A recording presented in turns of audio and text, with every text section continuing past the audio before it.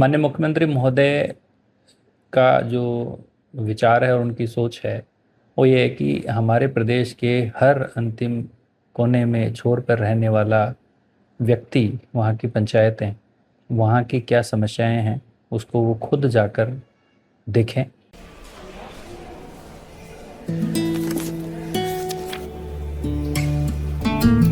अब नहीं चलेगा। ये वही HIV पेशेंट है, मुझे नहीं करनी इनकी डिलीवरी। अब नहीं चलेगा। HIV के स्टेटस पर भेदभाव अब नहीं चलेगा। और वैसे भी यूनिवर्सल प्रिकॉशंस के साथ HIV फैलने का खतरा नहीं होता। आपके HIV स्टेटस के कारण कोई भी भेदभाव करता है तो इसकी शिकायत हॉस्पिटल में कंप्लेंट ऑफिसर या राज्य के ओम्बुड्समैन के पास दर्ज करें, क्योंकि HIV स्टेटस के कारण भेदभाव अब नहीं चलेगा। और समझें और प्रदेश का जो एक समावेशी विकास है उस तरफ सरकार आगे बढ़े। इसी दृष्टि से आपने देखा होगा कि माननीय मुख्यमंत्री महोदय हमारे जो प्रदेश के बाकी जो सुदूरवर्ती इलाके थे वहाँ पर वो जा चुके हैं। एक हमारा बड़ा बंगाल का क्षेत्र रहता था और वो भी उन्होंने खुद देखना था। तो जो हमारा समय है बड़ा बंगाल जाने का, जब वहाँ पर वहाँ की पंचायत के लोग भी उपस्थित होंगे, ये उपयुक्त समय था।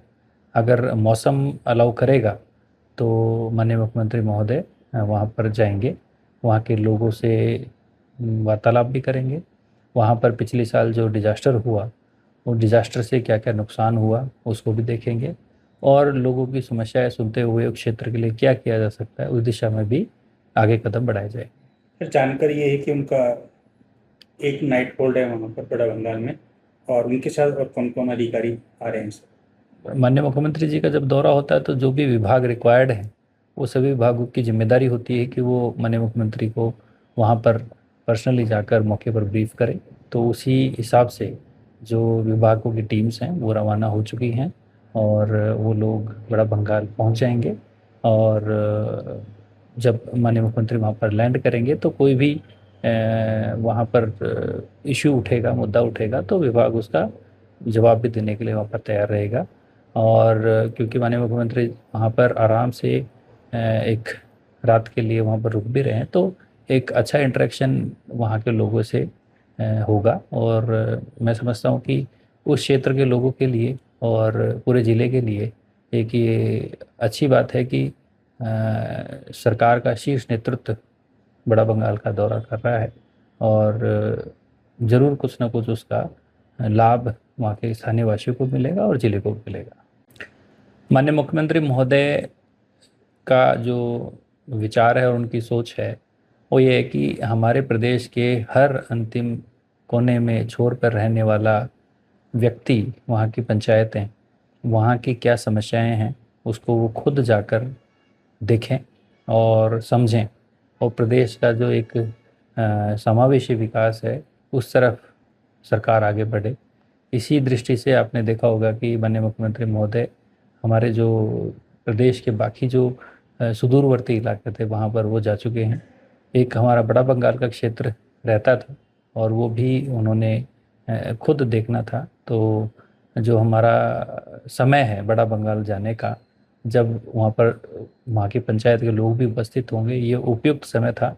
अगर मौसम अलाउ करेगा तो माननीय मुख्यमंत्री महोदय वहाँ पर जाएंगे, वहाँ के लोगों से वार्तालाप भी करेंगे। वहाँ पर पिछले साल जो डिजास्टर हुआ, वो डिजास्टर से क्या क्या नुकसान हुआ उसको भी देखेंगे और लोगों की समस्याएं सुनते हुए उस क्षेत्र के लिए क्या किया जा सकता है उस दिशा में भी आगे कदम बढ़ाए जाए। सर, जानकारी ये है कि उनका एक नाइट होल्ड है वहाँ पर बड़ा बंगाल में, और उनके साथ और कौन कौन अधिकारी आ रहे हैं सर? माननीय मुख्यमंत्री जी का जब दौरा होता है तो जो भी विभाग रिक्वायर्ड है वो सभी विभागों की जिम्मेदारी होती है कि वो माननीय मुख्यमंत्री को वहाँ पर पर्सनली जाकर मौके पर ब्रीफ करें।